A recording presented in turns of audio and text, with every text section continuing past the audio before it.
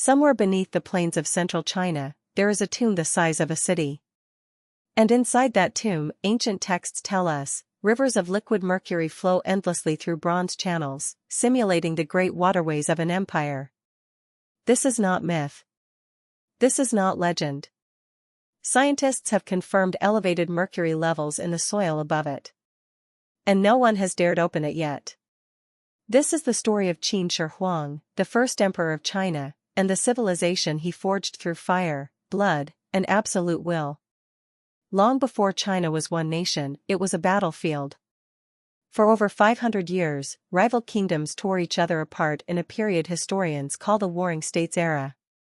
7 major powers competed for dominance, and the land was soaked in constant war. It was into this brutal world that a young boy named Ying was born in 259 BC, in the state of Qin, located in the rugged northwest. Qin was considered a semi-barbaric frontier state by its more refined eastern neighbors. But that reputation masked something dangerous. Qin had adopted a ruthless political philosophy called legalism, which valued strict law, military discipline, and total state control over Confucian ideals of virtue and harmony. Every citizen was a resource. Every soldier a weapon. The state came before all else. Ying became king of Qin at just 13 years old. By the time he was in his mid-20s, he had seized full power and began something no ruler had ever achieved. He launched a systematic campaign of conquest, absorbing one kingdom after another through a combination of military genius, diplomacy, assassination, and raw brutality. By 221 BC, after just 9 years of warfare, he had unified all of China under one rule. He was so proud of this achievement that he invented a new title for himself. He called himself Qin Shi Huang, meaning the first august emperor of Qin. He declared that his dynasty would last 10,000 generations. It would last 15 years. But in those 15 years, this man reshaped the world.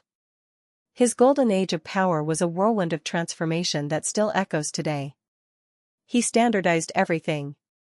Before unification, each kingdom used different weights, different measurements, different currencies, and even different written characters. Qin Shi Huang abolished all of that.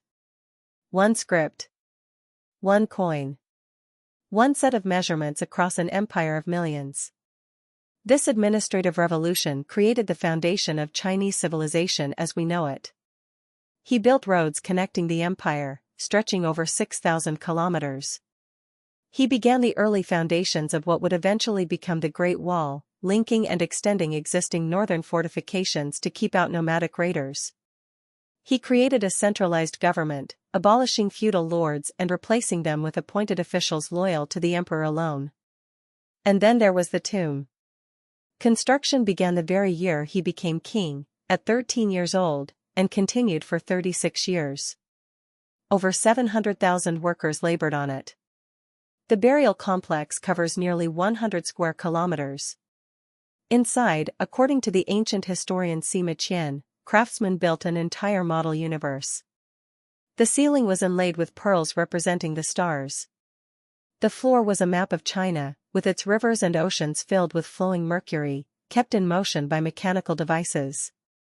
And guarding it all, we now know, were over 8,000 life-sized terracotta warriors, each one unique, each one armed, each one standing ready to protect their emperor in the afterlife. The tomb has never been fully excavated. Chinese authorities say the technology to preserve it properly does not yet exist. Some believe it never will be opened.